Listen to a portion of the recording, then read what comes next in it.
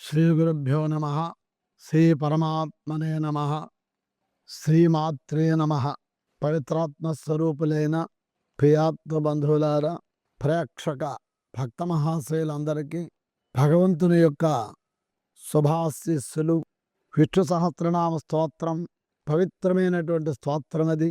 ఆ స్తోత్రాన్ని ఎవరు విన్నా, ఎవరు చదివినా, ఆ అర్థాన్ని ఎవరు మననం చేసినా వారికి తప్పకుండా భగవద్ అనుగ్రహం, సమస్త ఆటంకాలు తొలగి పనుల్లోనూ గొప్ప ఉత్తేజము, అట్లాగే మనకి భౌతిక సంపద కలుగుతుంది. ఆ విష్ణు సహస్రనామంలో ఇంతవరకు మనం 1వ శ్లోకంలో ఉన్న మంత్రాలు నామాలు చెప్పుకున్నాం. ఇప్పుడు 2వ శ్లోకం. భూతాత్మ పరమాత్మ చ ముక్తానాం పరమాగతి అవ్యయ పురుష సాక్షి క్షేత్రజ్ఞోక్షర ఏవ చ. ఈ పవిత్ర శ్లోకం నందు 8 నామాలు ఉన్నాయి. 8 పుణ్యనామాలు, పవిత్ర నామాలు. భూతాత్మ, పరమాత్మ, ముక్తానాం పరమాగతి, అవ్యయ పురుష సాక్షి, క్షేత్రజ్ఞ, అక్షర అని. చూడండి, పూతాత్మ, పూత ఆత్మ యస్య సహ పూతాత్మ. ఇది బహువ్రీహి సమాసం. పూతశ్చాసౌ ఆత్మా చ పూతాత్మ అంటే పవిత్రమగు ఆత్మస్వరూపుడు అని అర్థం. పూతాత్మ పవిత్రమైన వాడు. ఆత్మ ఎటువంటిది? నిర్లిప్తం, నిర్గుణం, నిస్సంగం, శుద్ధం, పరమ పవిత్రమైనది, మాయా ప్రభావరహితమైనది, మాలిన్యము వికారాలు లేనిది. అందుకే భగవంతుడు పూతాత్మ అని చెప్పబడుతున్నాడు. అట్టి భగవంతుణ్ణి, పవిత్రమైనటువంటి స్వరూపం కలిగినటువంటి ఆ భగవంతుణ్ణి సాధకుడైన వాడు, భక్తుడైన వాడు తన మనస్సును ప్రశాంతము, ప్రసన్నంగా ఉంచుకోవాలి. అట్లా మనం ఎప్పుడు మనస్సుని ప్రసన్నంగా ఉంచుకుంటామో అప్పుడు మన జీవితం ప్రసన్నంగా ఉంటుంది. ఇది మానసిక తపస్సుని భగవద్గీతలో చెప్పాడు భగవంతుడు. మన ప్రసాద సౌమ్యత్వం, మౌనమాత్మ వినిగ్రహ. మనస్సును ఎప్పుడు ప్రసన్నంగా ఉంచుకోవాలి, మౌనంగా ఉండాలి. ఎప్పుడు ఎక్కువగా మాటలు ఆడకూడదు, తగ్గించుకోవాలి. అలా చేసినట్టయితే మనకి మానసిక తపస్సు ఉన్నట్టు. ఇక్కడ మరి పూతాత్మ అంటే పవిత్రమైనటువంటి ఆ భగవంతుని స్థితికి మనం వెళ్ళాలేనంటే మనం పవిత్రంగా ఉండాలి. వాక్కు ద్వారా, మనస్సు ద్వారా, శరీరం ద్వారా పవిత్రంగా ఉండాలి. అప్పుడే మనం కూడా పూతాత్ములైపోతాం, పవిత్రులైపోతాం. భగవంతుని స్థానం పవిత్రం. మనం ఎక్కడికైనా దేవాలయంకి వెళ్ళినప్పుడు ముందు మనం కాళ్ళు చేతులు కడుక్కుంటాం, స్నానం చేసి వస్తాం ఇంటి నుండి. మళ్ళీ దేవాలయం, ఆశ్రమాలు దగ్గర మళ్ళీ హస్తప్రక్షాళన, పాదప్రక్షాళన చేసుకుంటాం. ఎందుకు? పవిత్రమవుతాం. వెళ్ళేదేమిటి? పవిత్రమైన స్థలం. పవిత్రమైన స్థలంకు నువ్వు వెళ్ళినప్పుడు నువ్వు పవిత్రుడివై ఉండాలా. అప్పుడే అది పవిత్రుడు చేయగలదు. నువ్వు అపవిత్రుడిగా ఉంటే నువ్వు ఆ పవిత్రతను గ్రహించలేవు. అందుకే బాహ్యమైనటువంటి పవిత్రత, ఈ శుద్ధం, ఆచారం అవసరమని చెప్పబడింది. మరి ఇక్కడ భగవంతుడు పూతాత్ముడు అనమాట. మరి బ్రహ్మం ఎటువంటిది? నిర్దోషం హి సమం బ్రహ్మ తస్మాత్ బ్రహ్మణితే స్థితా. బ్రహ్మం అంటే పరమాత్మ దోషరహితమైనది, నిర్దోషం, ఏ దోషము లేనిది. అది అందరి యందు సమానంగా ఉండేది. అది ఒకరి యందు ఎక్కువ, ఒకరి యందు తక్కువ లేదు. భగవంతుడు పరమాత్మ ఒకరి యందు తక్కువగాను, ఒకరి యందు ఎక్కువగాను లేడు. చూడండి, ధనవంతుడు యందు గాని, నిరుపేదవంతుడు యందు గాని, పండితుడు యందు గాని, పామరుడు యందు గాని సమానంగానే ఉన్నాడు. అక్కడ దేహము హెచ్చు తక్కువలున్నది. దేహానికి ఆశ్రయించినటువంటి వస్తువుల ద్వారా వాడు హెచ్చు తక్కువలే గాని అందులో ఉన్న పరమాత్మ మాత్రం సమానమే. అందుకు కాబట్టి ఇక్కడ భూతాత్మ చరణం పవిత్రం వితతం పురాణం అని నారాయణం చెప్తుంది. మహానారాయణం చరణం పవిత్రం వితతం పురాణం. ఆయన యొక్క చరణాలు పవిత్రమైనవి. చూడండి, అందుకే భక్తితో భగవత్ చరణాలని సేవించాలి. అట్టి భక్తి కావాలి. నేను పవిత్రునయ్యాను అనే భావన నీకు రావాల. ఒక దేవాలయం, ఒక మహాత్ముణ్ణి, ఒక పరమ పవిత్రమైన భక్తుణ్ణి, ఒక ఆశ్రమాన్ని, ఒక గురువుని దర్శించినప్పుడు నీలో ఆ పవిత్ర భావం రావాలా. నేను పవిత్రునయ్యాను, నేను ధన్యుడినయ్యాను అని నీ శరీరంలో ప్రతి ఒక్క రోమాంచనం కలగాల. అటువంటి పవిత్రత కలిగి ఉండాలి అనే నామం మనకి తెలుపుతుంది. పరమాత్మ పరమాత్మ పరమశ్చ అసౌ ఆత్మాచ పరమాత్మ అని ఇక్కడ పరమశ్చ అసౌ ఆత్మాచ పరమాత్మ అంటే పరమః శ్రేష్ఠుడు, మిక్కిలి శ్రేష్ఠుడు అంటే కార్యకారణాలకి విలక్షణమైన వాడు. దేనికంటే శ్రేష్ఠుడు? ఉత్తమ పురుష స్తన్యః పరమాత్మే త్యుదాహృతః అని 15వ అధ్యాయంలో చెప్తాడు. ఉత్తమ పురుష స్తన్యః పరమాత్మే త్యుదాహృతః. ఈ యొక్క అక్షరమైనటువంటి క్షరమైనటువంటి ఈ ప్రకృతికి, అట్లాగే కూటస్థుడికి, ఈ రెండు ఇద్దరికి కంటే అతీతమైన వాడు పరమాత్మ. ఇక్కడ కార్యకారణాలకు విలక్షణమైన వాడు. కార్యమైన జగత్తుకి కారణమైనటువంటి మాయ. ఈ జగత్తు కారణం ఏది? మాయ. మాయ వల్లే జగత్తు సృష్టించబడుతుంది.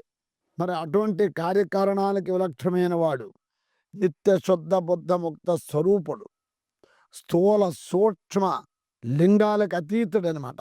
సమస్త చైతన్య భాండాగారమే ఆయన. అది అతడే పరమాత్మ. ఆయన చైతన్యం చేతనే సమస్త జగత్తు చేతనవంతమవుతుంది. ఆ చైతన్యమే లేకపోతే సమస్త జగత్తు అంతా జడమే. పుష్పాలు వికసిస్తున్నాయి తెల్లవారు లేవగానే. పక్షులు వాటి యొక్క గూడు నుండి ఆకాశంలో విహరిస్తున్నాయి. మనుషులు వారి వారి పనులన్నిట్లోనూ చేస్తూ వాళ్ళు ఆ పనుల్లోకి వెళ్ళిపోతూ ఉన్నారు.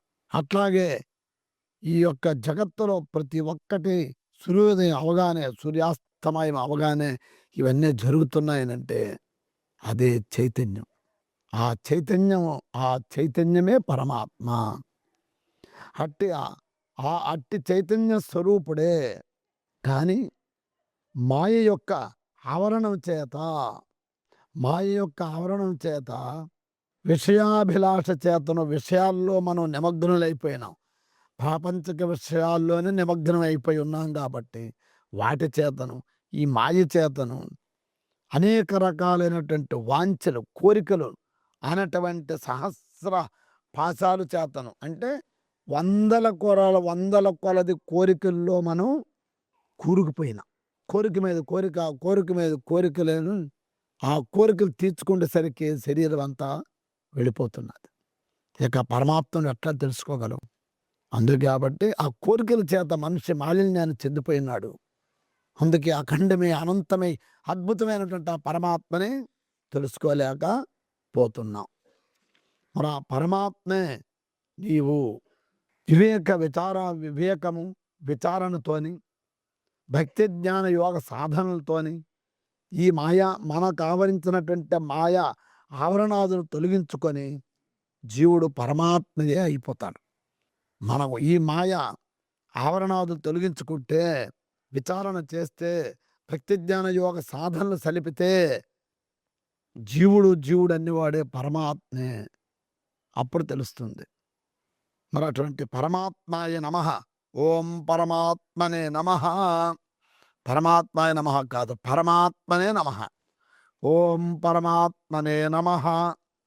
అటువంటి పరమాత్మకు నమస్కారము. ముక్తానాం పరమాగతి.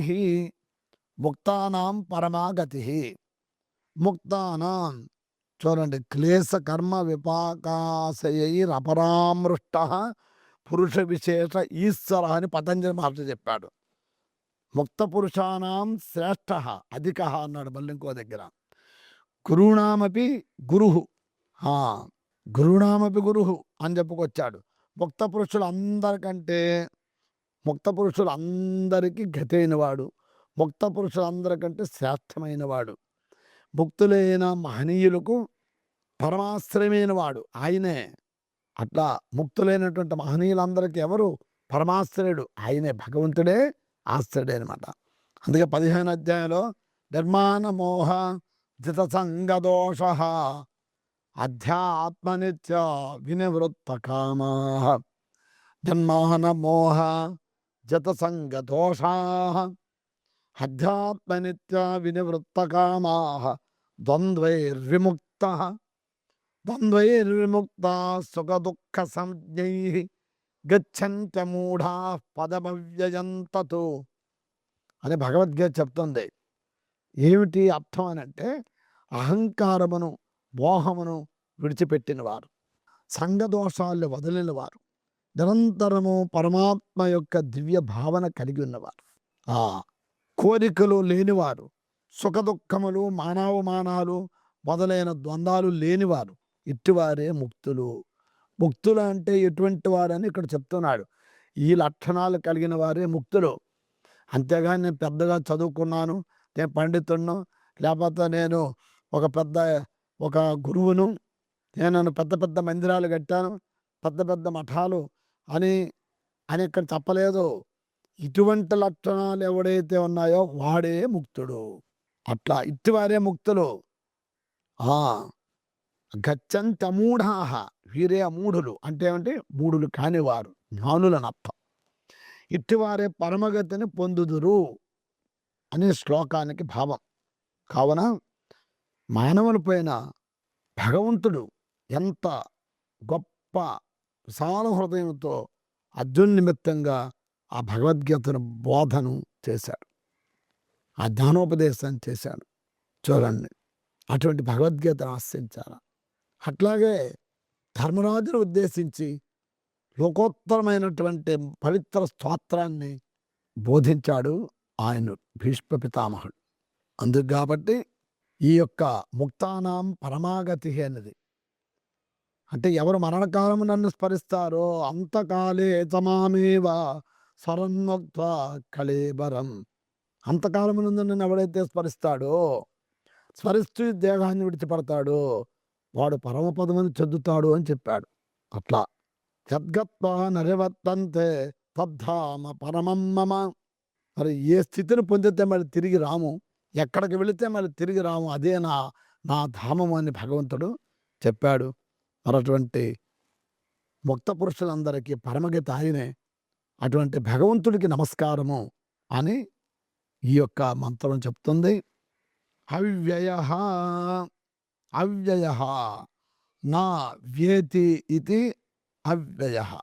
వ్యయం అంటే నాశనం, అవ్యుడు అనగా నాశము లేనివాడు, నా అంటే నాశము లేనివాడు, అంటే సద్భావ రహితుడు, అంటే షడ్వికార రహితుడు.